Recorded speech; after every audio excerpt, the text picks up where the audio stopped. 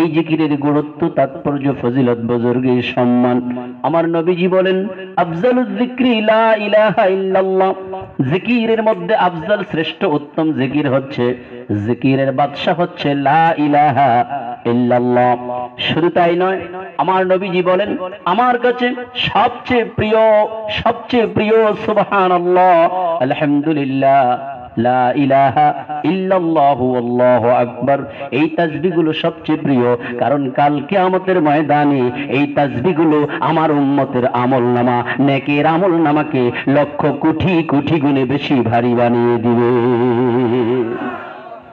নবীজি আমার হাদিস শরীফের সাদ মোবারক করেন, পৃথিবীর জমিনে যখন কোন মানুষ, কোন বান্দা বান্দি লা ইলাহা ইল্লাল্লাহর জিকির করে, আল্লাহ পাক ওনার সম্মানিত আরশ মোবারকে যে খুঁটি মোবারক গুলো আছে, ওই খুঁটি মোবারক গুলো থরথর করে কাঁপতে থাকে। আল্লাহ পাক রব্বুল আলামিন তিনি জিজ্ঞাসা করেন, ও খুঁটি কি হয়েছে, কেন কাঁপছো?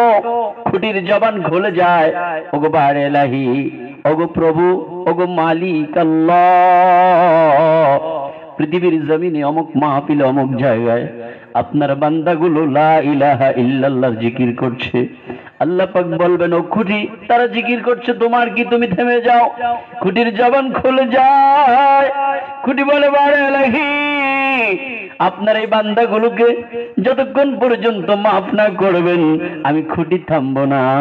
খুঁটি বলে, যাও যাও খুঁটি, থেমে যাও, আমার জালালিয়তের কসম, আমার যে মোবারক, আমার যে আদরের বান্দাগুলো লা ইলাহা ইল্লাল্লাহর জিকির করছে, আমি তাদের গুনাহগুলো মাফ করে দিলাম।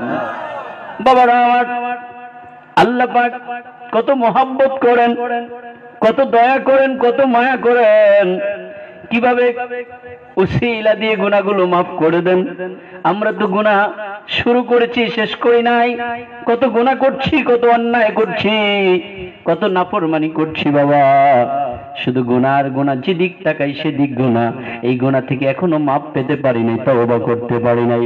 আমার আপনার প্রভু কত দয়ালু, উসিলা দিয়ে দিয়ে আপনাকে আমাকে ধুয়ে মুছে পরিষ্কার করে দিতে চান, আপনাকে আমাকে মাফ করে দিতে চান, পবিত্রময় করে দিতে চান।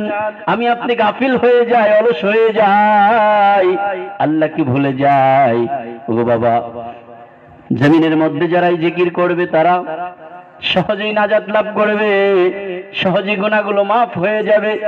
যেমন আমার নবীজি বললেন, লা ইলাহা ইল্লাল্লাহ জিকির করলে স্বয়ং আরশের খুঁটিগুলো আপনার জন্য আল্লাহ পাক ওনার কাছে সুপারিশ করে। হযরত